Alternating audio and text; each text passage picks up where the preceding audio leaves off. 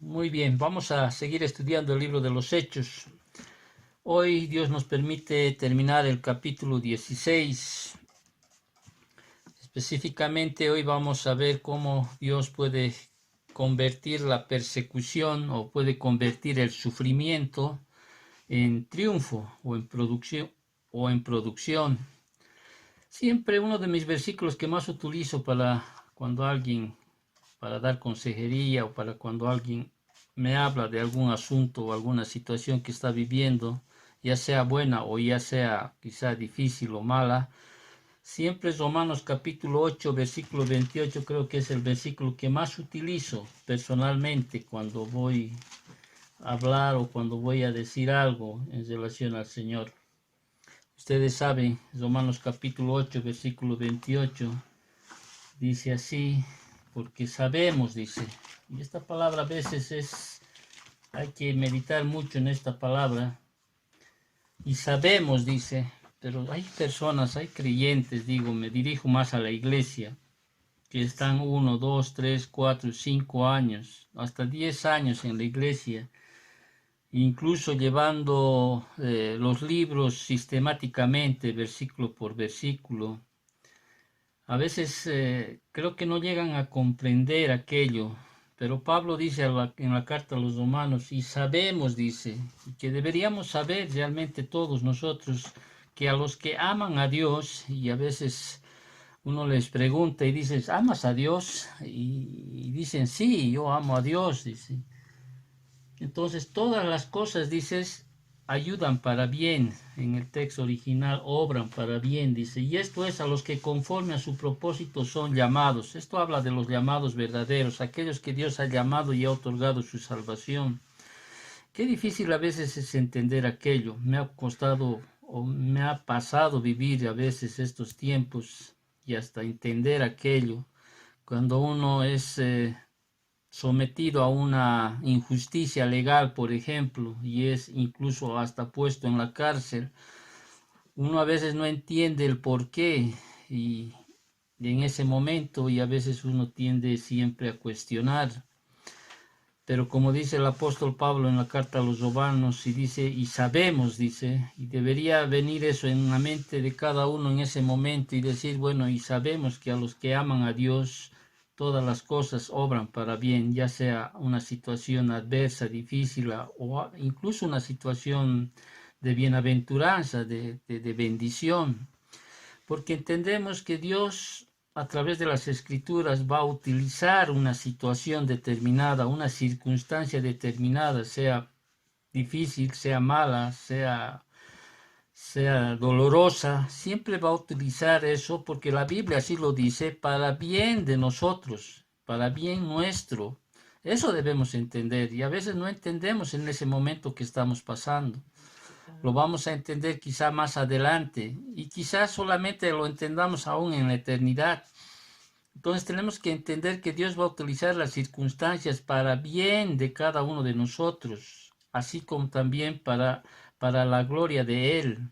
Eso es lo que sucede y eso es lo que deberíamos entender y dejar de seguir cuestionándonos por qué nos pasa o por qué suceden estas cosas. Es evidente que como seres humanos tenemos un alma, tenemos sentimientos, emociones, podemos sentirnos quizá en ese momento angustiados, decepcionados, hasta quizá perdiendo la fe, pero inmediatamente, como dice las escrituras, se cortará todas las cosas que yo os he dicho. Dice, debería en ese momento, quizá un momentito breve o determinado, recordar las escrituras y decir, y sabemos, y sé que a los que aman a Dios todas las cosas nos ayudan para bien.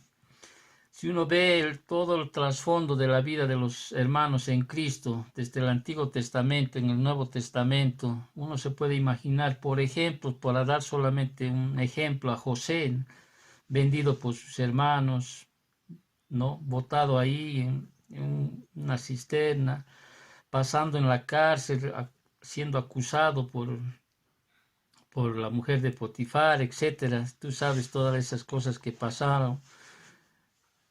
Y quizá en ese momento él no tenía Romanos 8:28, pero sin embargo él entendía o sabía que había un propósito en Dios para su vida. Nuestro Señor Jesucristo mismo fue sentenciado a muerte, fue matado, y si no hubiera sucedido aquello, la salvación ahorita no podríamos nosotros tenerla, imagínense ustedes. Entonces, este hecho tiene que marcar en nosotros una necesidad de entender aquello. Y hemos visto la anterior semana en el capítulo 16 que estamos estudiando, ¿sí? Todo el contexto de lo que hoy vamos a estudiar. Y vamos a ver a un Pablo y a un Silas de la misma manera pasando una injusticia, maltratados, golpeados, encarcelados, pero con un propósito que solo Dios puede establecer. Y ese propósito, mira, se llegó a ser parte de formar una iglesia en ese tiempo, la iglesia de los filipenses. Entonces, estamos estudiando el capítulo 16 y ahí poquito para entrar en el contexto, porque es necesario también a veces seguir recordando aquello e incluso tal vez añadir algún conocimiento de lo que se está llevando. En el capítulo 16 estamos hablando o estamos en el segundo viaje misionero de Pablo. Ahí estamos específicamente en Filipos, en este lugar, en esta colonia romana, ¿sí? Donde Pablo fue utilizado como instrumento de Dios para salvar, como habíamos estudiado la anterior semana, a Lidia y a su familia.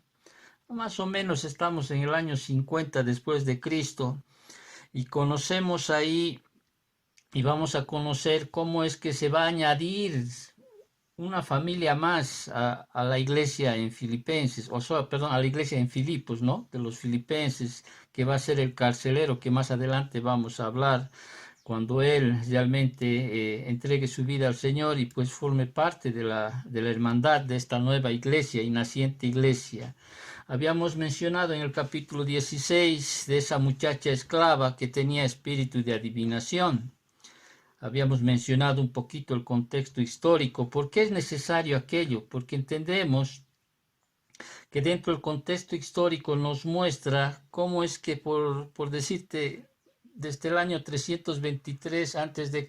hasta el 30 a.C., se encontraba ahí el tiempo del helenismo, que llaman, ¿no? Los griegos habían penetrado la cultura griega o habían expandido en ese mundo y en esa época, y estos eran pues aquellos que les gustaba predecir, o sea, les gustaba saber del futuro. En este contexto greco-romano habíamos manifestado que esta muchacha tenía ese espíritu de adivinación. Obviamente tenemos que entender hasta este punto en que conocemos las escrituras que ese demonio que tenía la muchacha pretendía conocer el futuro, ¿Y por qué digo y repito dos veces, pretendía conocer el futuro? Porque entendemos a través de las escrituras que nadie más que Dios conoce el futuro. Amén. Nadie más que Dios conoce el futuro. Solo Él lo controla y tiene el poder para hacer lo que quiera. En Isaías 46, por ejemplo, si tú te vas a tu Biblia, en Isaías 46, versículos del 9 al 11, solamente voy a leerlo. Dice así la palabra del Señor.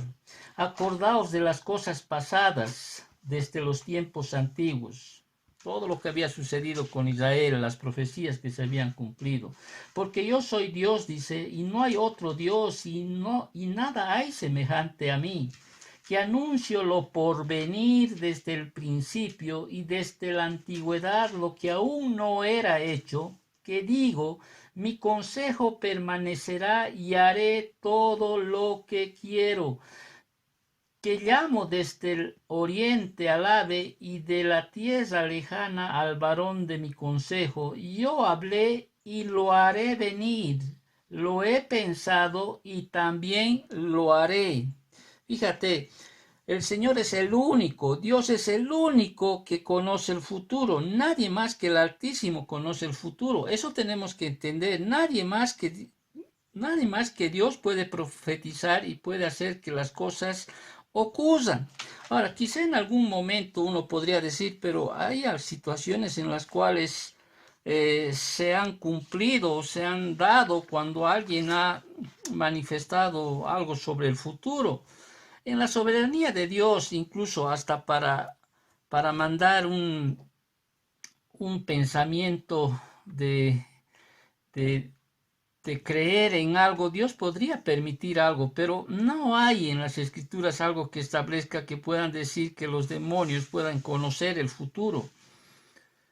Porque si lo hubieran conocido el futuro, como dice Pablo, no hubieran pues crucificado a nuestro Señor Jesucristo. Eso tenemos que entender. Ahora, hay en nuestro ámbito cultural, en diferentes naciones, hay aquellos que llamamos adivinos o apacus muchas veces, que se dedican a aquellos. Y todos los adivinos realmente son impostores que los demonios usan en muchas ocasiones para fingir que conocen el futuro.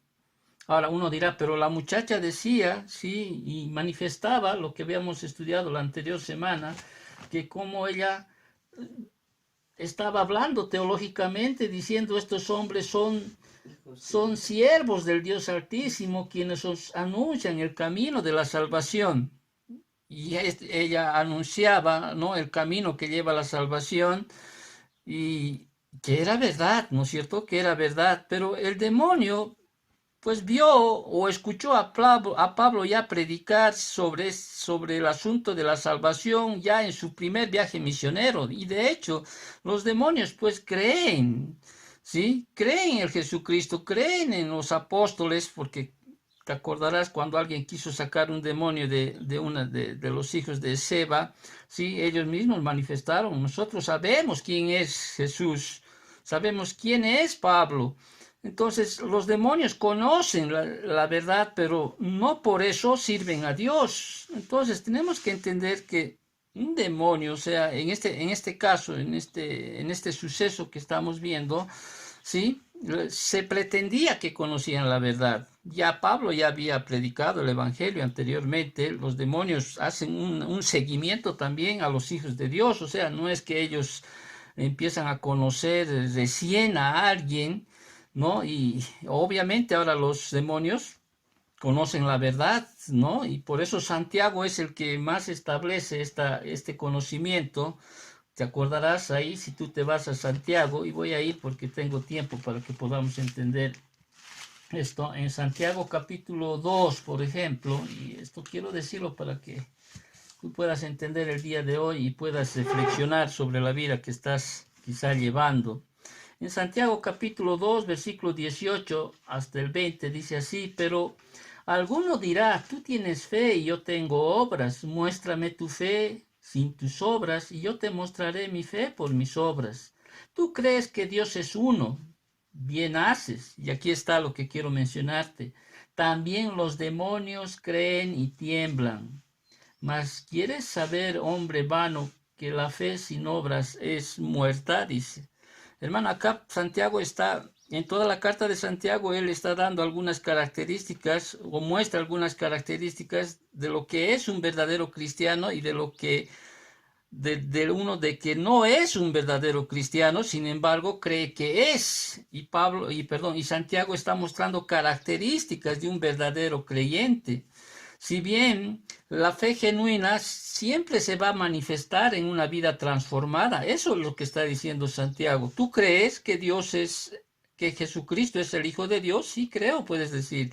¿Tú crees que Dios es uno? Sí creo. Pero entonces manifiéstate en tu vida transformada aquello que tú crees, porque de nada sirve ser o conocer teológicamente o creer doctrinalmente la verdad, si tú no manifiestas una vida transformada, si tú no manifiestas una vida de obediencia.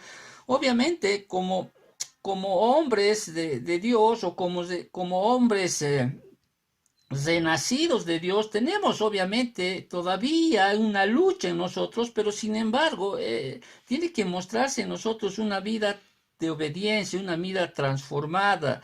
Y Santiago está diciendo aquello: muy bien, tú crees que Dios es uno, sí, pero hasta los demonios creen y tiemblan. O sea, tienen una teología cierta. Ellos conocen la verdad, pero no por aquello, o sea, no por aquellos, estos se han arrepentido, no conocen la verdad, simplemente puedes conocer la verdad. Entonces, lo que Pablo está volviendo a Hechos en el contexto, que estoy un poquito rememorando lo que habíamos llevado, ¿sí? Hay una situación en que hay esa muchacha que pretendía conocer el futuro, pero ya lo he establecido claramente que el único que conoce el futuro y las cosas que han de pasar es el Señor. Amén. Y como a las cosas que van a suceder va a ser dadas porque el Señor así lo ha permitido. Entonces, seguimos dentro de este contexto porque Pablo entonces se desagradó, expulsó al demonio. Ya habíamos dicho, no, Dios, tanto como Jesús, así como Pablo, no necesitaban tener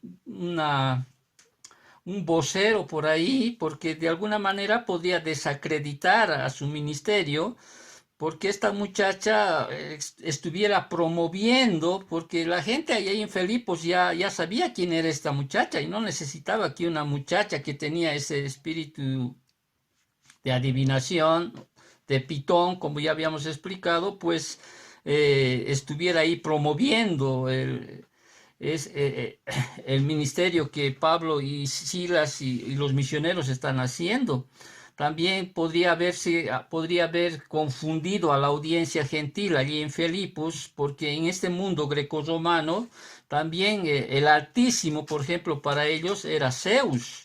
Y hablar de un Salvador podría referirse a muchas personas y de hecho más al emperador romano porque lo llamaban el Salvador de la gente. Entonces, para evitar que los gentiles se confundieran, que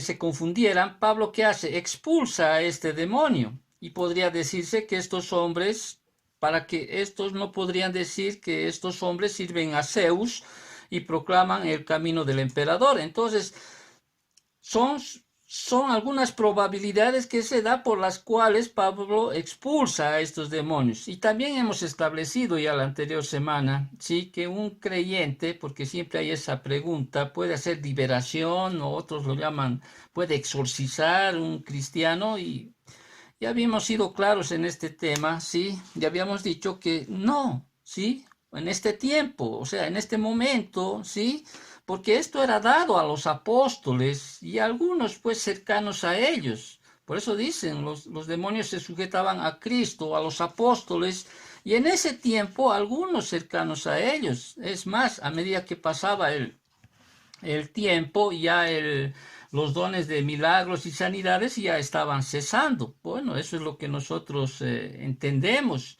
Si no, Pablo no hubiera en algún momento no se hubiera sentido, por ejemplo, triste por la enfermedad de Epafrodito, ¿no? Que estaba a punto de morir y él se regocija en el Señor, que pues Dios pues le sanó.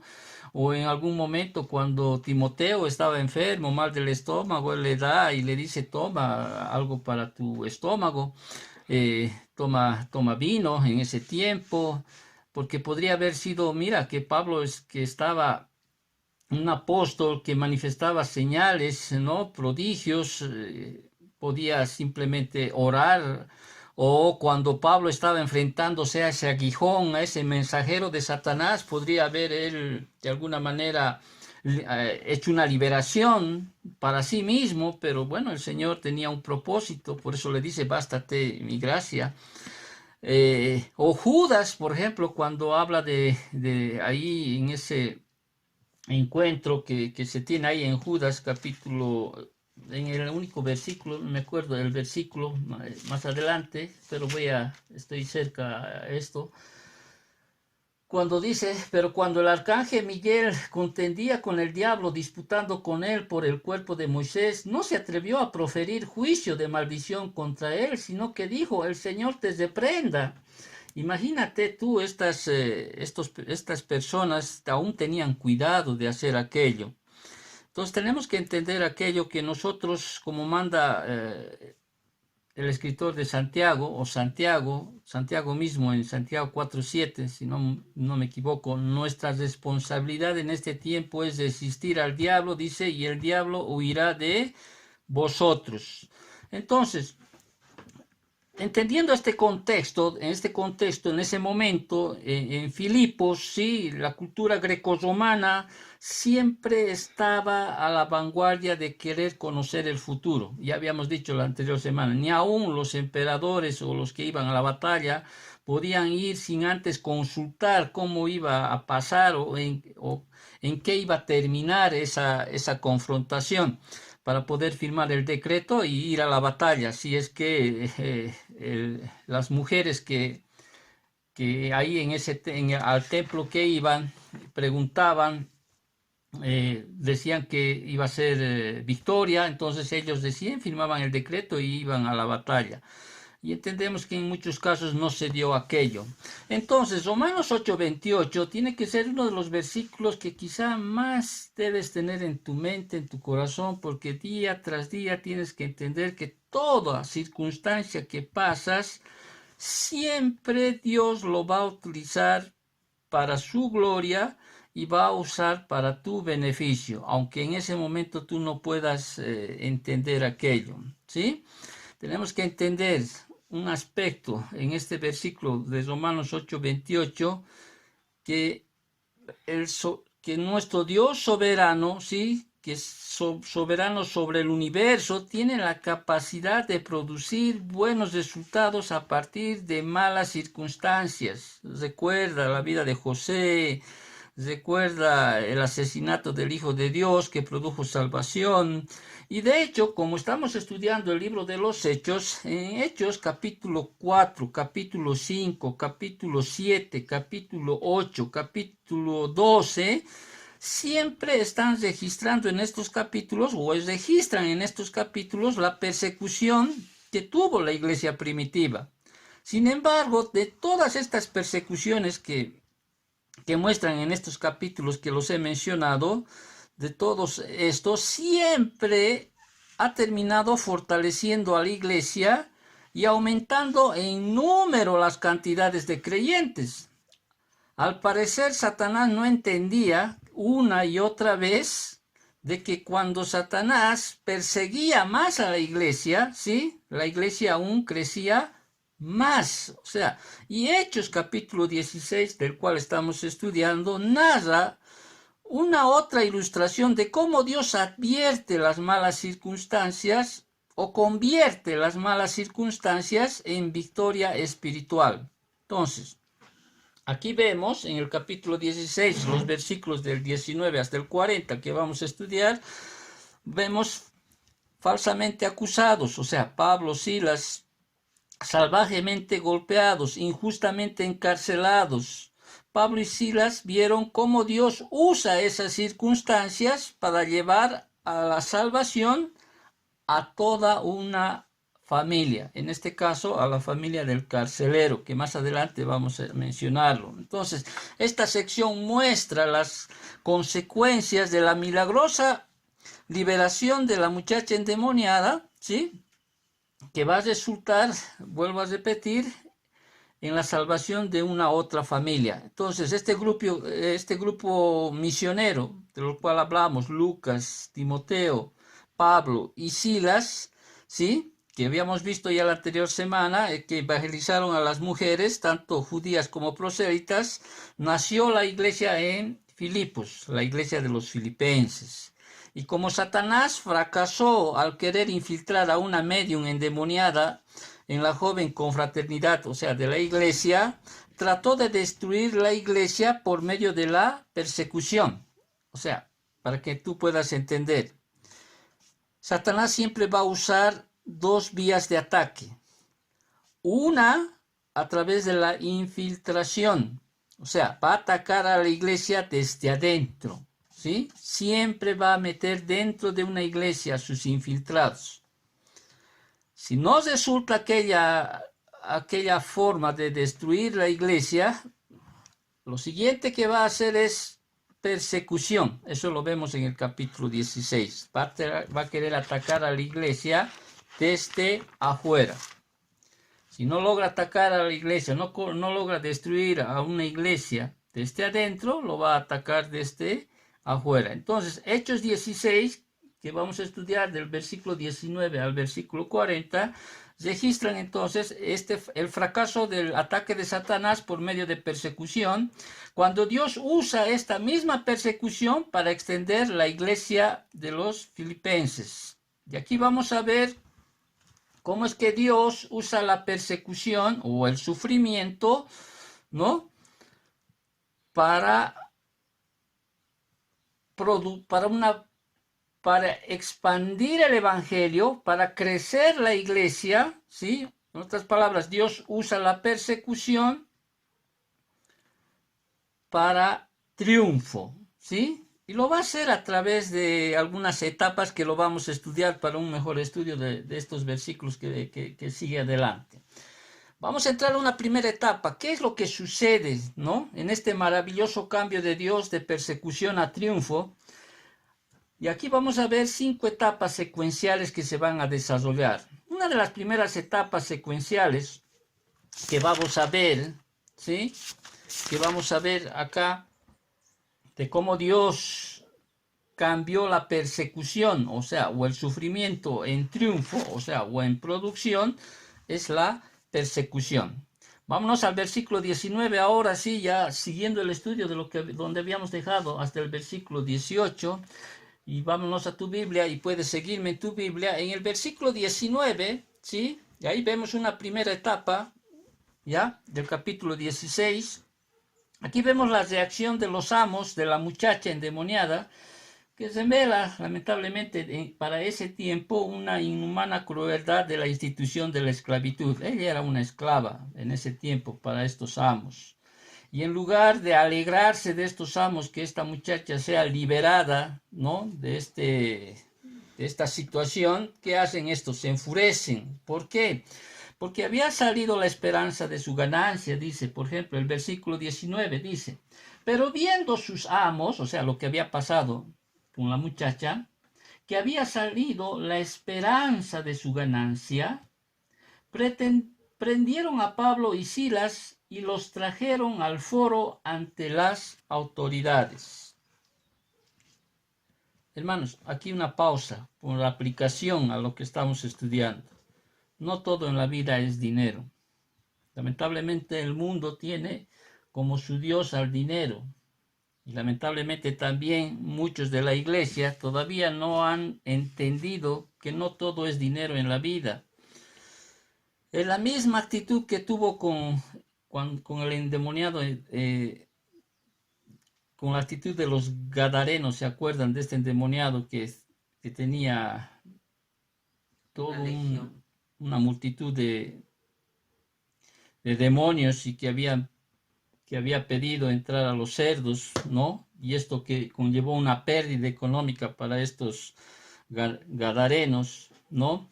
Es más adelante, si Dios quiere, la siguiente semana o la subsiguiente, vemos como en Éfeso, por ejemplo, los artesanos se volvieron violentos contra los misioneros, o sea, contra el apóstol Pablo en ese momento, al punto de también ir contra ellos, porque habían llevado el evangelio y muchos de aquellos que adoraban a la diosa Diana en ese tiempo, sí, pues muchos estaban quemando o estaban botando a sus ídolos hechos de los artesanos, que para ellos era una pérdida de dinero. Entonces son reacciones que ilustran lamentablemente una triste realidad espiritual que tiene el mundo por el amor al dinero, porque eso enturbia la percepción espiritual.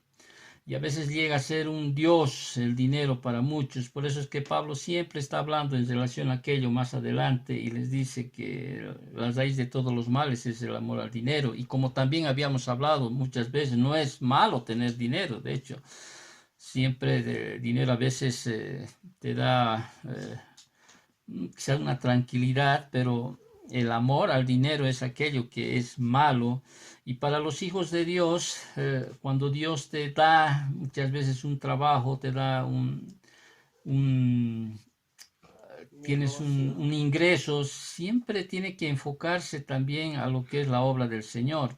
Esa es una lucha que se tiene muchas veces. Pero acá en este caso, ya yéndonos al estudio, prácticamente estos amos, porque eran hombres, eran hijos de este mundo perverso, ¿sí? Cuyo Dios en ese momento ellos no veían a la muchacha y como dije anteriormente, en vez de alegrarse de que esa muchacha sea liberada de un demonio, pues ellos más bien están pensando eh, en lo que estaban perdiendo o en la esperanza de su ganancia, como dice el versículo 19, y lo que hacen es agarrar a Pablo, o sea, prenden a Pablo y a Silas y dice que los llevan al foro ante las autoridades. Ahora, ¿qué era el foro para los que estudian este libro? El foro o ágora en el griego era la plaza pública central, donde funcionaba no solo como mercado, sino también como el centro social de la ciudad. Ahí también muchas veces se concentraban los desempleados o en algunas oportunidades también se centraban personas que estaban enfermas, donde podían ser sanados por algunos que tenían la capacidad de curar. ¿No? Pero básicamente ahí era el lugar donde los magistrados juzgaban casos judiciales. Y en aquellos días, o sea, hablando de ese tiempo, el demandante podía arrastrar a un acusado a la corte y pedirle al juez que emitiera un veredicto. Entonces, los amos de la muchacha esclava estaban actuando, podríamos decir, conforme a la ley romana cuando echaron mano a Pablo y Silas y llevaron su queja ante las autoridades de la ciudad, pero obviamente con falsas acusaciones, con argumentos que no eran. Y lo detalla así, fíjate el versículo 20. Y presentándolos, dice, a los magistrados, dijeron, y aquí tú no vas a ver que lo que hizo Pablo con esta muchacha. Pero ellos, ¿qué dicen? Dijeron, estos hombres, siendo judíos, arborotan nuestra ciudad. Ahora, estos magistrados, estrategos en griego, toda colonia romana estaba gobernada por dos de estos individuos. O sea, dos magistrados tenía toda colonia romana. Y sus acusadores abrieron los procedimientos con esta declaración y dicen, estos hombres siendo judíos alborotan nuestra ciudad. Hermanos, cuando una mención aquí, cuando les señalan a tanto a Pablo y a Silas como judíos, ¿sí? Ahí es lo que muchas veces en este tiempo se conoce como el antisemitismo, ¿no? Que es un fenómeno moderno. Moderno digo porque esta palabra no es mucho tiempo, o sea, creada, pero sin embargo el antisemitismo ya tiene orígenes pues ahí en la antigüedad, siempre. ¿Qué implica esto? Que siempre ha habido odio contra los judíos, siempre ha habido ese rencor, ese odio contra los judíos, y lo hay hasta el día de hoy en muchas ciudades. Siempre hay el antisemitismo que está ahí puesto, ¿no? Y en ese momento lo que ellos manifiestan, o sea, los acusadores, los amos de esta muchacha, los mencionan como judíos, ¿no? Y eso lo menciono porque solamente Pablo y Silas fueron puestos, o sea, fueron acusados, ya que Lucas era romano y Timoteo era medio romano. Te acordarás que su padre tenía un padre que no era judío. Entonces, es bueno mencionar esto porque eso podría explicar por qué solamente a Pablo y a Silas los prenden, ¿no? Porque Lucas era gentil y pues Timoteo también era medio gentil. Entonces, la acusación era técnicamente, podríamos decir, cierta, porque había una ley en ese tiempo que prohibía que los ciudadanos romanos puedan practicar cualquier religión extranjera que no haya sido aprobado por el Estado romano. Pero la acusación de que los misioneros estaban creando confusión masiva en la ciudad, pues era totalmente falsa. El versículo 22 dice, bueno, al ser llevados Pablo y Silas ante estos magistrados, ¿no? El versículo 22 dice, y se agolpó, dice, el pueblo contra ellos, y los magistrados, rasgándole las ropas, ordenaron azotarles con varas. Aquí los magistrados realmente fallaron miserablemente en cumplir a lo que ellos habían sido puestos. ¿Por qué? Porque no se molestaron en investigar las acusaciones, ¿sí? No llevaron a cabo un juicio apropiado y, y dar a Pablo y a Silas no les dio, o sea, la oportunidad de que Pablo y Silas se puedan defender. Porque con simplemente Pablo y Silas decir o revelar de que ellos eran ciudadanos romanos, seguramente todo esto no hubiera sucedido, pero no les dieron ni la oportunidad de defenderse. En lugar de eso, ¿qué hacen estos magistrados? Como hemos leído en el versículo 22. Los magistrados, dice, rasgándoles las ropas, les ordenaron azotarles con vara. Esto era totalmente ilegal para cualquier ciudadano romano. En este caso, Pablo tenía ciudadanía romana, así como Silas, ¿no es cierto? Y por eso es que Pablo más adelante lo va a expresar en el versículo 37 del capítulo 16, donde dice: pero Pablo les dijo, después de azotarlos públicamente, sin sentencia judicial, siendo ciudadanos romanos, nos echaron en la cárcel y ahora nos echan encubiertamente. No por cierto, sino vengan ellos mismos a sacarnos. Entonces los azotes que recibieron realmente eran ilegales, o sea, no eran nada de lo que debía haber sucedido si se hubiera establecido una justicia como se hacía en ese tiempo. Entonces, ahora, los azotes eran administrados ¿por quiénes? Por los alguaciles, los lictores que lo llaman, que estaban obviamente bajo el mando de los magistrados.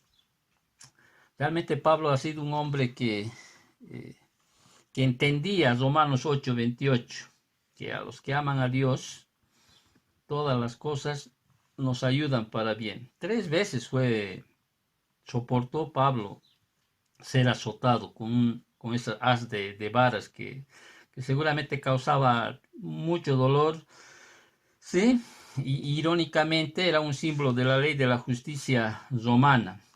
Entonces, Pablo y Silas, versículo 23, ¿no? Después de haber azotado mucho a Pablo y Silas con varas, los lictores, o sea, los alguaciles, los magistrados los echaron en la cárcel. O sea, no les bastó darles con vara, azotarlos con vara. El versículo 23 lo establece así. Y después de haberles azotado mucho, dice, vaya, los echaron en la cárcel, mandando al carcelero que los guardase con seguridad. O sea, no solo los han puesto en un lugarcito de la cárcel, realmente los han puesto en un lugar de máxima seguridad. Fíjate el versículo 24, el cual dice: recibido este mandato, los metió en el calabozo de más adentro y les aseguró los pies en el cepo. Vaya, eso es tremendamente, vaya, qué doloroso, ¿sí? Ponerte en el cepo, o sea, que tus pies estén en 2 tablas ahí sujetadas. Ya me imagino los calambres que han podido haber tenido toda la noche, no sé, porque a mí particularmente, pese a que duermo en mi cama, a veces me da calambres ahí, no mover un pie, no poder mover los 2 pies como yo o como a uno le place, debe ser tremendamente doloroso, ¿no? Pero obviamente sabemos que ningún dispositivo de seguridad va a ir en contra de la voluntad de Dios. Ya pasó con Pedro, pasó ya 2 oportunidades en realidad. Entonces ninguna prisión puede contener a quienes Dios quiere librar. Obviamente en ese tiempo se manifestaban estas cosas. Ahora, tampoco esa persecución intimidó a Pablo y Silas, más bien los animó a ser mucho más audaces, ¿no? Y Pablo y Silas, ¿qué hacen? Manifiestan una actitud de gozo en medio del sufrimiento, estando ahí encarcelados en Filipos, convirtiendo la persecución ¿en qué? En alabanza. Por eso la segunda etapa que vemos en cómo es que Dios puede convertir tu sufrimiento en triunfo, ¿sí? Ya vimos una primera etapa en cuanto a la persecución que tienen los misioneros, en este caso Pablo y Silas específicamente, pero ellos, en vez de manifestar una actitud de sufrimiento, de decepción, quizá una actitud de lloro, una actitud así como a veces nosotros manifestamos cuando algo nos pasa, estos más bien manifiestan esa actitud con mucho más de nuevo y lo manifiestan en alabanza. Fíjate el versículo 25, dice, o sea, Pablo y Silas están a lo más adentro, dentro del calabozo, y no solo están en el calabozo, sus pies están pues asegurados en el cepo, ¿no? Si tú quieres saber cómo es el cepo, puedes ir y indagar un poquito en las redes. Pero dice a medianoche, dice versículo 25, ¿sí? Orando, dice, Pablo y Silas cantaban himnos a Dios y los presos los oían. O sea, en medio de lo que habían pasado con Pablo y Silas, en medio de su situación en ese momento, yo me imagino adoloridos, porque los habían azotado mucho, dice, lo que habíamos leído, estos estaban, en vez de proveyendo quizá sufrimiento, lloro, dolor, no sé, angustia o cualquier otra palabra que puede venirse a la mente, estos más bien estaban proveyendo un poderoso testimonio de la gracia transformadora de Dios. Ahora uno puede preguntarse y decir, ¿cómo podían los dos misioneros alabar a Dios bajo tales condiciones?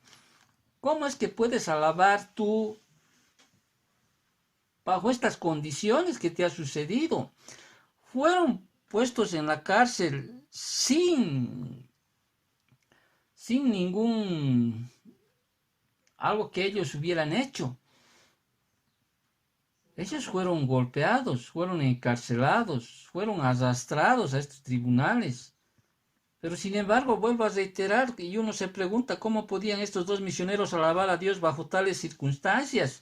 Es que lo que tenemos que entender, y lo que Pablo entendía, lo que Silas entendía, ¿sí? Sabemos que a los que aman a Dios, todas las cosas nos ayudan para bien. Para ellos, alabar a Dios no dependía de las circunstancias que estaban pasando. Tú sabes que Pablo más adelante a esta misma iglesia de los filipenses les va a decir, regocijaos en el Señor siempre, como hay en Filipenses 4:4. Estad siempre gozosos, dad gracias en todo. O sea, eso era la parte de su conocimiento que Pablo tenía. Entonces, las circunstancias no dependen para alabar a Dios. Eso es lo que debemos entender en aplicación a nuestras vidas. Los cristianos se regocijan, es verdad, en la gloriosa verdad de que Dios soberano controla todas las circunstancias de la vida. Por eso reitero, a los que aman a Dios, y sabemos, esta palabra a veces no lo mencionamos mucho, pero deberíamos saber eso, que a los que aman a Dios todas las cosas nos ayudan para bien. Eso también en otras palabras lo dice Pedro en 1 de Pedro 5:10. Lo vuelve a repetir Pablo en la segunda carta a los Corintios, capítulo 4, versículos del 16 al 17, en el capítulo 12 de segunda de Corintios, versículos 9 y 10. Entonces, la clave para tener gozo en todas las circunstancias de la vida es estar llenas del Espíritu Santo. Es más, el gozo es parte del fruto del Espíritu, nos dice Gálatas 5:22. Y ceder el control al Espíritu produce, ¿qué cosa? Cánticos de alegría. Ahora, ¿cuál es el problema entonces de los cristianos tristes y abatidos de hoy? Más específicamente de hoy. El problema con los cristianos tristes y abatidos no son sus circunstancias, sino la falta de una vida controlada por el Espíritu. ¿Qué quiero decirte? Que si realmente tu vida fuera controlada por el Espíritu Santo, ¿sí? Esos tiempos de tristeza, esos tiempos de abatimiento se esfumarían rápidamente. Por eso tenemos que entender aquellos que debemos ser controlados por el Espíritu Santo. Y eso va a ser siempre a través de ¿qué? Del conocimiento de su palabra, de su vivencia de su palabra, de la obediencia de su palabra. Nos cuesta, me cuesta entender aquello. Por eso reitero, cuando en una otra oportunidad estés con un sentimiento de tristeza o estés abatido, y a veces nos pasa, no me voy a hacer aquel que, como Pablo sabía, dice, por eso decía, y sabemos, porque él también sabía, y sabemos de que a los que aman a Dios, todas las cosas les ayuda para bien. Amén. Ellos siempre entendían esto, que los cánticos de Pablo y Silas expresaban una confianza plena en que Dios utilizaría las circunstancias que estaban viviendo. ¿Para qué? Para bien de ellos y para la gloria de Él. Reitero, como dije a un principio en la introducción, toda circunstancia que pases, toda situación que pases, adversa, difícil, dura, ¿sí? Y si tú realmente sabes que eres un hijo de Dios, eres un llamado de Dios genuino, o sea, a su familia, es para que el Señor, ¿sí?, haga un bien para tu vida y para su gloria. Ahora, Pablo y Silas no tuvieron que esperar mucho tiempo, ahí no estuvieron en la cárcel meses ni años, sino que Dios inmediatamente, ¿qué hace? Versículo 26. Entonces dice, fíjate, sobrevino de repente, dice, un gran terremoto de tal manera que los cimientos de la cárcel se sacudían y al instante se abrieron todas las puertas y las cadenas de todos se soltaron. Entonces, mira cómo Dios puede obrar de distinta manera. Te acordarás que cuando Pedro estaba en la cárcel, Dios mandó un ángel, ¿no es cierto? Ahí en Hechos 2:7, ¿sí? Pero aquí Dios usa, ¿qué cosa? Los medios naturales, ¿no?, de un terremoto para liberar, en este caso, para hacer la obra que Él quiere hacer. Para decir que tanto el reino sobrenatural como el reino natural están bajo el control del soberano Dios, de nuestro soberano Dios, el Altísimo. Amén. Y este terremoto no solo sacudió la cárcel, seguramente también sacudió la casa del guardián, o sea, del carcelero, porque generalmente siempre estaba ubicada al lado de la cárcel. Y fíjate el 27, dice, y despertando el carcelero, obviamente por el terremoto, ¿no?, y por todo lo que pasa o sucede cuando hay un terremoto, y viendo abiertas las puertas de la cárcel, dice, sacó la espada y se iba a matar pensando que los presos habían huido. Obviamente él sabía pues demasiado bien que si un soldado romano que permitía escapar a un prisionero por cualquier circunstancia o por cualquier causa que fuera, pagaba pues con su propia vida. Eso era una ley ahí en ese tiempo. Y en lugar de anticipar la humillante y dolorosa ejecución que iba a tener, sin duda iba a llegar, el carcelero pues en ese momento prefirió matarse, ¿no?, inmediatamente. Pero fíjate el versículo 28, más dice, versículo 28, o sea, antes de que pudiera matarse, hay una voz que salió de la oscuridad, lo detuvo, digo de la oscuridad, ¿por qué? Porque después pidió luz, ¿no? Pero ahí, imagínate en ese momento un terremoto, seguramente oscuridad, polvo, muchas cosas, dice, pero más Pablo dice, clamó, dice a gran voz diciendo, no te hagas ningún mal, pues todos estamos aquí.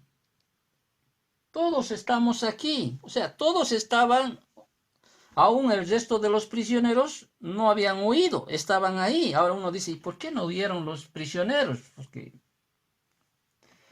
en todas las películas que tú puedas ver en televisión o en cine, prisionero no va a despreciar una oportunidad de escapar imagínate, si sus grilletes se sueltan o si las paredes caen. Ahora uno no sabe, no, tampoco podríamos nosotros aquí deducir por qué no escaparon. Quizá estaban asustados en ese momento por el terremoto, quizá pensaron y dijeron nos van a recapturar y para ese tiempo era mucho peor que ser recapturado. Quizá temían, qué sé yo, que hubiera más réplicas del terremoto, pero yo pienso que Dios puso en su corazón algo porque había un propósito que más adelante se hubiera visto, se tuviera que ver. Porque si uno de ellos hubiera escapado, de igualmente al carcelero hubiera venido el castigo que es la muerte. Y ahí no importaba la causa por la cual un prisionero se podía escapar. Entonces, aquí el carcelero, ¿no es cierto? Ahí asombrado ante, podríamos decir, ante este suceso, versículo 29, entonces dice, aquí el carcelero, pidiendo luz, seguramente estaba muy oscuro, se precipitó adentro y temblando, dice, se postró a los pies de Pablo y Silas. Entonces, en todo ese desorden que en ese momento se estaba dando, cayó, dice, de rodillas delante de sus prisioneros. Seguramente relacionó el terremoto como confirmación sobrenatural de que ellos decían la verdad. Obviamente el carcelero pues sabía de por qué estaban ahí Pablo y Silas o los sucesos que quizá pasó con la muchacha endemoniada.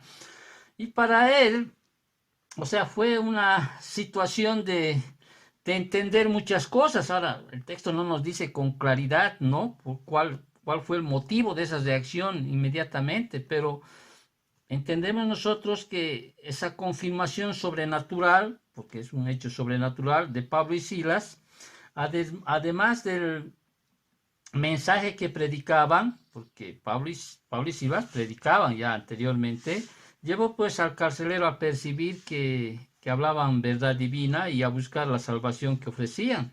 Entonces, en ese momento, su corazón del carcelero estaba ahora ¿qué? Abierto a responder a la predicación del Evangelio. Por eso en el versículo 30 vemos una tercera etapa, ¿no? Vimos una persecución como una primera etapa para entender este capítulo 16.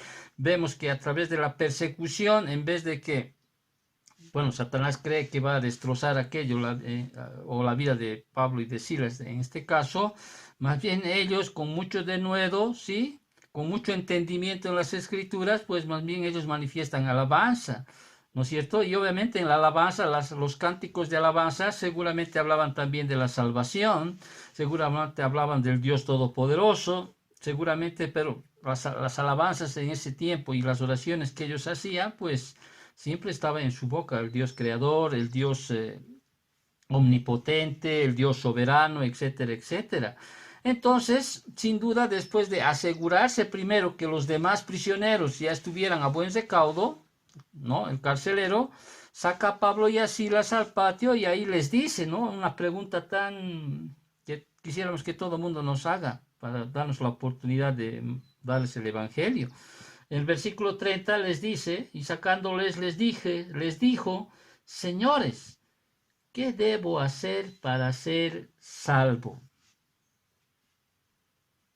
¿Qué debo hacer para ser salvo?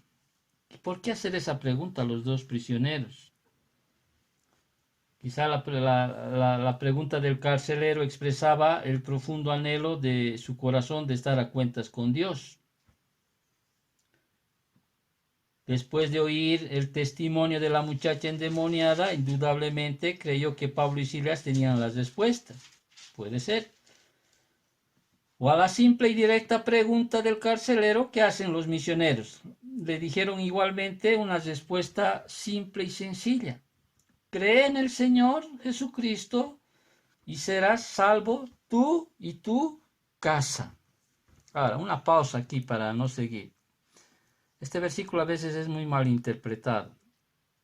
Especialmente hay la denominación de los presbiterianos creen en esto. Por lo menos alguna vez hablé con un pastor que creen que si el jefe de familia, en este caso por decirte el padre, es cristiano, ya automáticamente todos los hijos son salvos.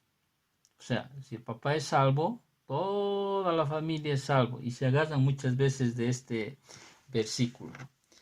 Pero aquí Pablo da una respuesta sencilla a la pregunta sencilla que le hace el carcelero y le dice, cree en el Señor Jesucristo y serás salvo tú y tu casa.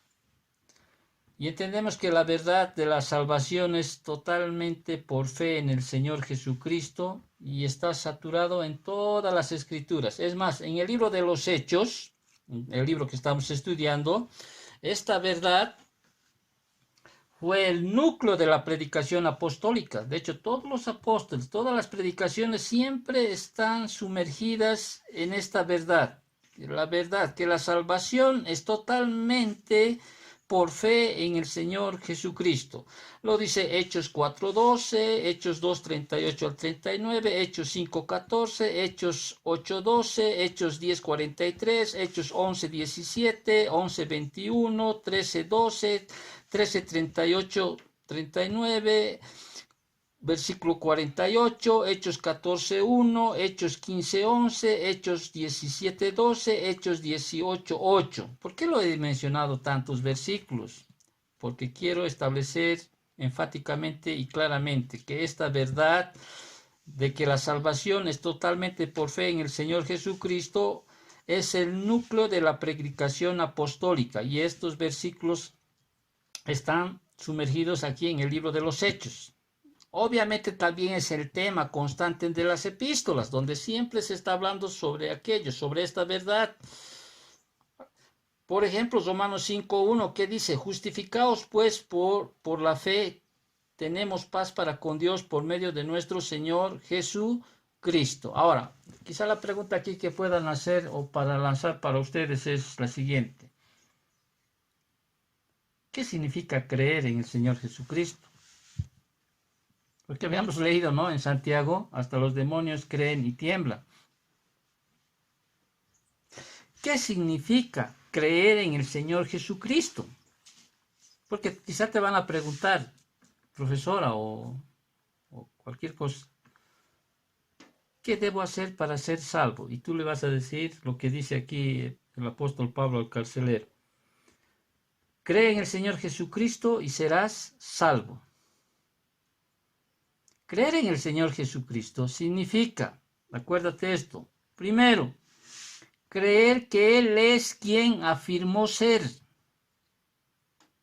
Reitero, creer que Él es quien afirmó ser. Por eso dice Juan 20:31, pero estas se han escrito para que creáis que Jesús es el Cristo, el Hijo de Dios, y para que creyendo tengáis vida en su nombre. Creer que Él es quien afirmó ser. Cuando Él dijo: yo soy el camino, la verdad y la vida, alguien que realmente, que dice creer en Jesús, debe creer que realmente Él es el camino, la verdad y la vida, que Él es el buen pastor, que es la luz de este mundo, que Él es el unigénito, que Él es el Hijo de Dios, que Él es la puerta. O sea, creer que todo lo que en las Escrituras dicen de Él, usted creer en el Señor Jesucristo significa, ¿no?, creer que Él es en quien afirmó ser. Segundo, creer en el Señor Jesucristo significa creer en lo que hizo. ¿Sí? Y Pablo los resume lo que hizo Jesús en 1 Corintios 15, versículos 3 y 4, donde explica lo que es el Evangelio. Y me viene a la mente Romanos capítulo 10, versículos 9 y 10, que si confesamos con nuestra boca que Jesús es el Señor y creemos en nuestro corazón que Dios le levantó de entre los muertos, serás salvo, porque con la boca se confiesa para salvación y con el corazón se cree para justicia. Puedes buscarlo, tal vez me equivoqué en alguna palabrita, pero en síntesis, creer en lo que hizo. Y tercero, creer en el Señor Jesucristo significa que seguirle y obedecer sus mandamientos. ¿Acaso no decía Jesús, no? Aquel que quiera seguirme, tome su cruz en pos de mí y sígame. Usted puede creer en algo, ¿sí? Puede creer en algo, pero también seguirle. Decir: he aquí, Señor, yo te sigo. Seré tu discípulo. Haré lo que tú mandes. Jesús, cuando dijo a Pedro, cuando dijo a Juan, dice: deja lo que estás haciendo, ven y sígueme. Ellos inmediatamente le siguieron. Entonces, el mensaje de salvación fue predicado no solo al carcelero en esta ocasión, sino también al resto de su casa. Versículo 32, volviendo al estudio, ya avanzando. Ahí en consecuencia, ahí los dos prisioneros, ¿qué hacen? Versículo 32. Y le hablaron, dice, la palabra del Señor a él y a todos los que estaban en su casa. ¿Qué le hablaron? El Evangelio, ¿sí? Todo lo que él es, quien afirmó ser, todo lo que él hizo, ¿sí? Su vida, su ministerio, su muerte, su resurrección, su ascensión, etcétera. Toda la familia, seguramente en ese momento, incluso yo me atrevería a decir que no solo estaban él y su familia, sino estuvieran los siervos y quizá estaban parientes o huéspedes que estaban ahí, oyeron el Evangelio. Y los que creyeron, obviamente individualmente, porque la salvación es personal, ¿sí? Fueron salvos. Versículo 33. Ahí vemos ya una cuarta etapa que es la provisión. Versículo 33. Cuando el Evangelio se predicaba a estos corazones dispuestos hacia Dios, pues los resultados iban a ser pues inevitables. Ahí el carcelero y cada uno de sus miembros de su casa fueron salvos. Dice, y él dice, tomándolos en aquella misma hora de la noche, les lavó las heridas, y enseguida se bautizó él con todos los suyos.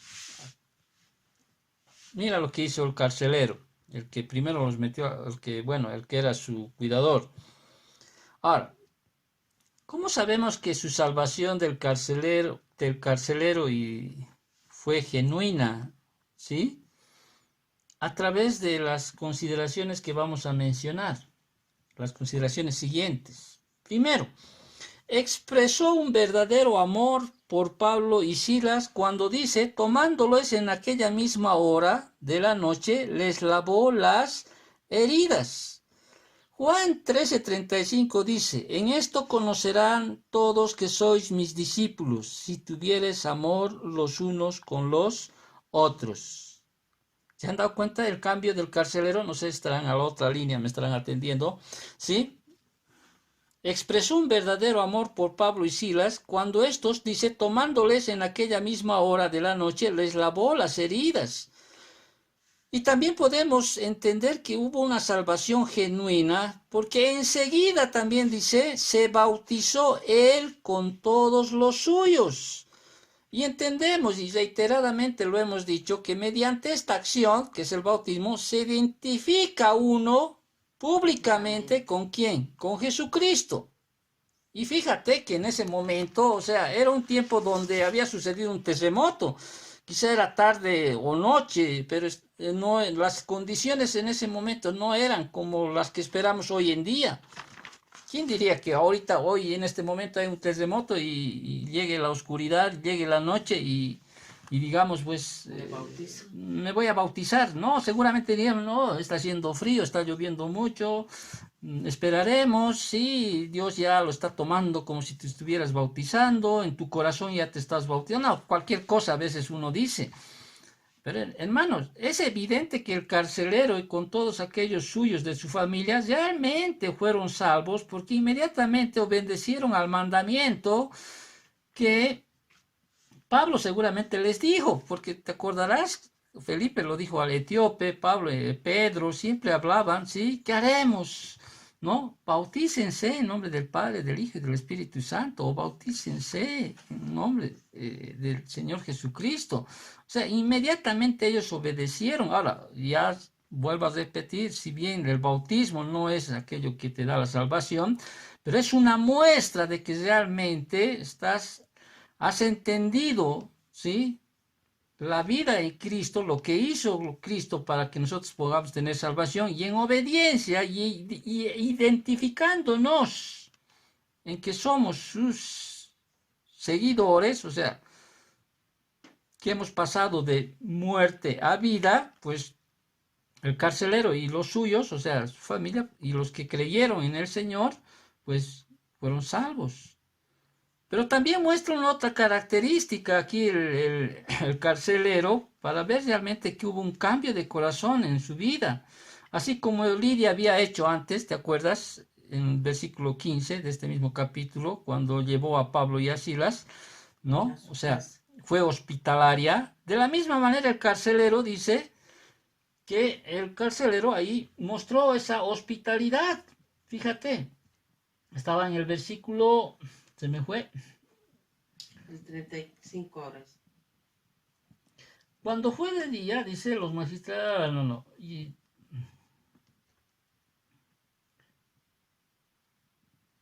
llevándolos a su casa, les puso la mesa, dice, les puso la mesa, ¿sí? O sea, les acogió a su casa, ¿sí? Les mostró hospitalidad.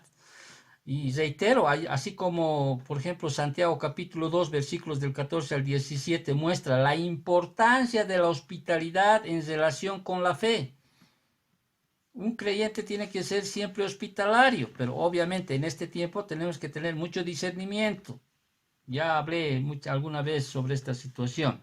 Pero sin embargo, aquí en este momento, él que cuidaba a los prisioneros, ¿sí? Él muestra una transformación en su vida, su corazón cambia en ese momento, él realmente cree en el Señor Jesucristo, muestra una hospitalidad que todo cristiano debe mostrar, ¿sí? Empieza a amar al hermano y ahí se bautiza con los suyos, ¿no? Y hay una cuarta manifestación realmente para que podamos entender y ver de que realmente se convirtió al Señor, es que Él se regocijó, dice, y se regocijó, dice, con toda su casa de haber creído ¿a quién? A Dios. O sea, se regocijó con toda su casa de haber creído a Dios. O sea, mira, este estaba dispuesto a suicidarse momentos atrás y ahora este está irradiando de gozo que viene de saber que sus pecados le fueron perdonados. O sea, solamente la gracia de Dios puede efectuar tan instantánea transformación. O sea, hermano, ahora, poquito una pausa.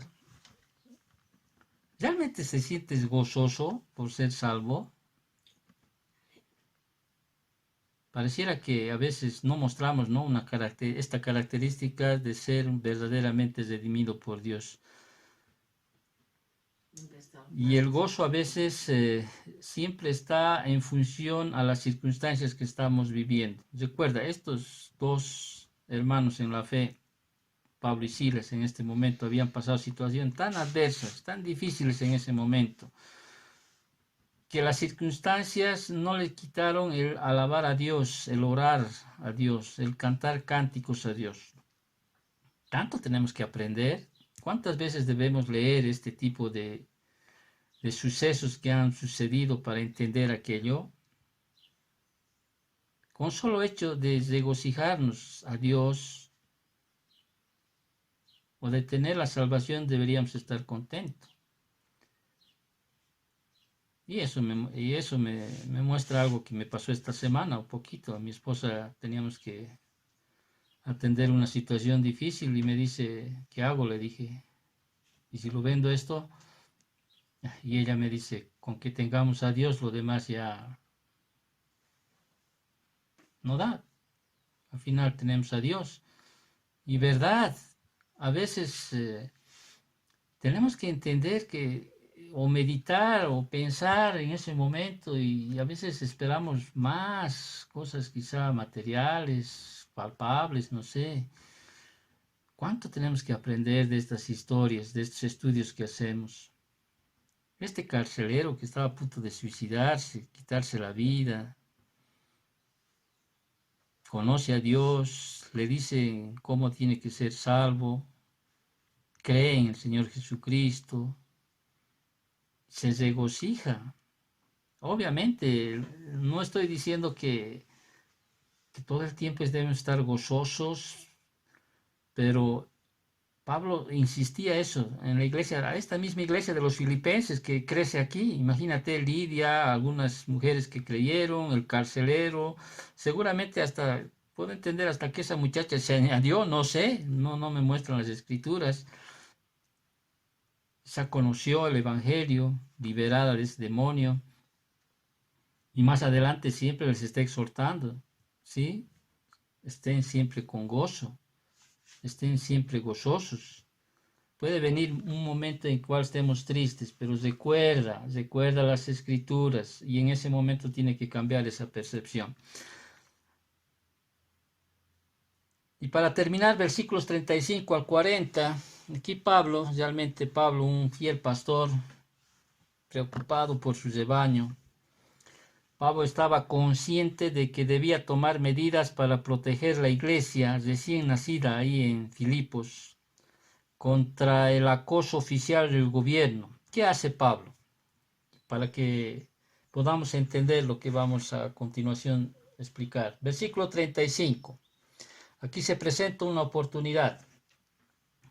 Dice, cuando fue de día, dice, los magistrados, ¿te acuerdas esos dos? Enviaron a los alguaciles, aquellos que los golpearon, que los dieron con vara a Pablo y Silas, a decir, suelta a aquellos hombres.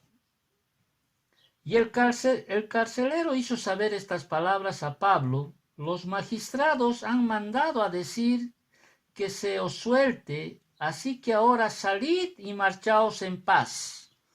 Bueno, para empezar, me imagino el corazón del carcelero, ya hermano en la fe con Pablo y Silas, bautizó a la familia, etc. Me imagino la alegría del carcelero de decir, bueno, ya los magistrados han decidido soltarlos, váyanse, o sea, sin duda estaba pues complacido por las buenas noticias, ¿no? Que los alguaciles le dijeron. Pero Pablo, ¿qué hace? Versículo 36, se negó a ser expulsado de manera tan impertinente. No es que está buscando venganza. Fíjate el versículo 36, ¿no? 36 dice, pero 37 dice, pero Pablo les dijo, dice, ¿no? Después de azotarnos públicamente, sin sentencia judicial, siendo ciudadanos romanos, nos echaron en la cárcel y ahora nos echan encubiertamente. No, dice Pablo. Por cierto, si no, vengan ellos mismos a sacarnos. Ahora, uno puede decir, está enojado Pablo o quiere buscar venganza. No, él está protegiendo la iglesia. Él no quería, o sea, Pablo no quería, como buen pastor que es, no quería que el trato que les dieron a ellos se volviera un precedente para maltratar a los otros cristianos. Claro. Porque si no hacía nada Pablo, podía haber sido o podía darse como un precedente para que cuando ellos se fueran o cualquier otro cristiano, ¿sí? Aún siendo ciudadanos romanos, pues le puede haber pasado lo mismo. Estas acciones arbitrarias y abusivas de parte de estos magistrados no debían repetirse. En otras palabras, los está protegiendo. Y los está protegiendo al modo de decir, no, tengo que sentar un precedente, estoy parafraseando. Y las autoridades habían cometido una grave equivocación, como indicó Pablo en el versículo 37. Y ahí es lo que Pablo indica en el 37. ¿Cómo? Sin sentencia judicial, siendo ciudadanos romanos, nos echaron a la cárcel, nos golpearon. Y ahora nos dicen que nos vayamos así simplemente, o sea, estoy parafraseando. No, dice Pablo, yo tengo que poner, estoy parafraseando, yo estoy poniendo aquí, estoy poniendo acá un antecedente de que estas acciones arbitrarias y abusivas no deben repetirse.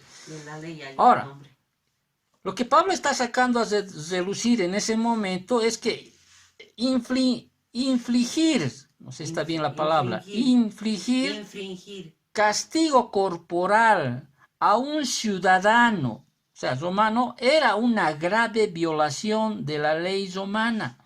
infringir. Tanto más cuanto que se le había hecho sin sentencia judicial. Entonces, las consecuencias tanto para los magistrados como para la ciudad eran potencialmente graves. A los magistrados les podían haber retirado de su cargo y el emperador pudo haber revocado los privilegios de Filipos como colonia romana.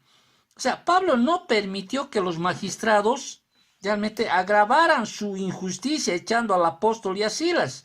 Encubiertamente, no por cierto, ¿no? Respondió, dice, sino vengan ellos mismos a sacarnos. En otras palabras, que los magistrados muestren respeto debido a que somos ciudadanos romanos. Vuelvo a reiterar, Pablo está queriendo poner precedentes para que esto no pueda suceder para con sus otros hermanos.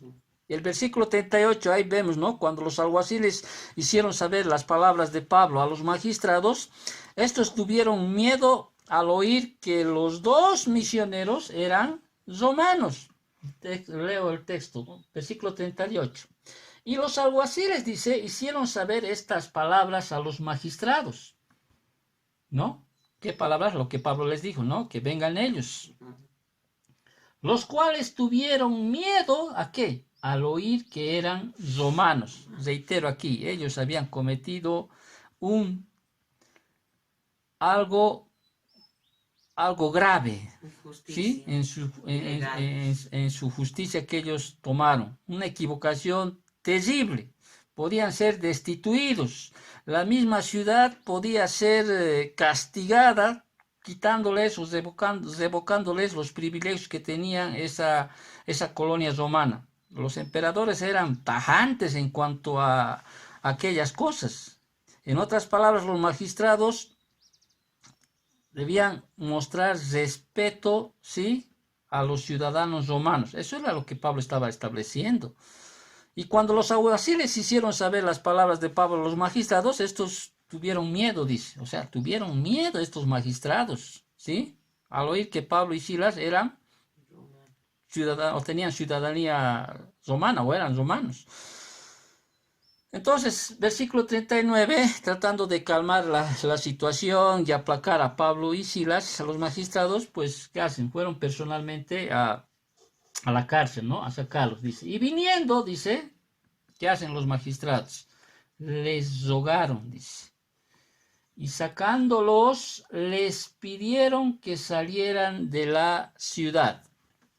Obviamente, para los magistrados estaban ahí en una posición bien incómoda. Una, porque no tenían base legal para expulsar a los dos ciudadanos romanos, que no eran culpables de ningún delito. Y otra, que la presencia continua de Pablo y Silas en Filipos pudo haber provocado más violencia. Pero sin embargo, versículo 40, los misioneros, o sea, Pablo y Silas, hicieron caso a las rogativas que hacen los magistrados, pero bajo sus condiciones. ¿Cuáles son esas condiciones? No es que se van inmediatamente Pablo y Silas de la ciudad de Filipos. Entonces dice, versículo 40, y con esto terminamos, saliendo de la cárcel, entraron en casa de Lidia. ¿Te acuerdas? Lidia los había hospedado. ¿Sí? Entraron en la casa de Lidia. Obviamente, primero tienen que ir, porque los hermanos ahí en la casa de Lidia, aquellos que se convirtieron, las mujeres que se convirtieron, seguramente estaban pues llorando, de pena, estarían pues ahí angustiados. Hasta de miedo. Y Pablo y Silas a los magistrados dijeron, muy bien, nos vamos a ir, pero primero estoy parafraseando para que entiendan. Entonces, primero vamos a ir a la casa de Lidia, ¿sí? Y habiendo visto a los hermanos, ya había hermanos en la iglesia, los consolaron. Primero voy a consolar a mis hermanos y después me voy a ir, en otras palabras. No es que se fueron inmediatamente, tuvieron el tiempo para ir y consolar a sus hermanos. Y Pablo deja esa protección para que después, más adelante, ningún magistrado pueda hacer lo que hicieron con Pablo y Silas, ante algún cristiano, o sea, o lo pensarían por lo menos unas 2 veces más. Entonces, terminando el capítulo 16, entonces vemos como una vez más los planes de Satanás fueron frustrados y anulados por el control soberano de Dios que tiene de los acontecimientos. Más, en vez de destruir Satanás la iglesia a través de la persecución, ¿qué hace? La iglesia naciente aún crece más. Y a partir de aquello seguro se añade a la iglesia de los filipenses, se añade el carcelero y su familia. Y tenemos que entender que para los que valientemente predican el Evangelio y alaban a Dios, sin importar cuáles sean las circunstancias, Él siempre está dispuesto a convertir la persecución en producción. Amén, amén. Gracias, Señor, porque tu palabra hoy nos muestra de que a veces, Señor, las circunstancias que pasamos en cualquier área de nuestra vida, en cualquier área de nuestro ser, papito, tú, Señor, vas a convertir, Señor, ese sufrimiento para que nosotros podamos, Señor, tener la oportunidad de evangelizar y ser instrumentos para tu salvación, Señor. Papito, te pido que hagas entender este precioso pasaje de la Biblia que a los que te aman, Señor, todas las cosas nos ayudan para bien, que tú vas a hacer, Señor, o vas a cumplir un propósito para nosotros, Padre, aunque no lo entendamos en ese momento, pero también es para tu gloria, bendito Dios. Gracias, papito Dios, bendice a mis hermanos que están al otro lado, que dales entendimiento, Señor, que puedan entender, papitos, reiteradamente, siempre, Padre, que puede haber un momento de angustia, de sufrimiento, de estar tristes, desconsolados, no sé. Pero Señor, como dice tu palabra, recuérdanos tu palabra para que podamos nosotros entender, Señor, que tú manejas todo, todas las circunstancias, los acontecimientos, Padre. Que tú eres el único que conoce el futuro, bendito Dios, y va a hacer que se cumpla aquello que tú has establecido en tu palabra. Aléjanos de aquellas cosas que no son nada bueno para nuestra vida, papito Dios. Te agradecemos en nombre de Cristo Jesús y Dios mediante, Señor, si a ti te place, la siguiente semana seguimos continuando el libro de los Hechos, Padre. Gracias, Padre, en nombre de Cristo Jesús. Amén.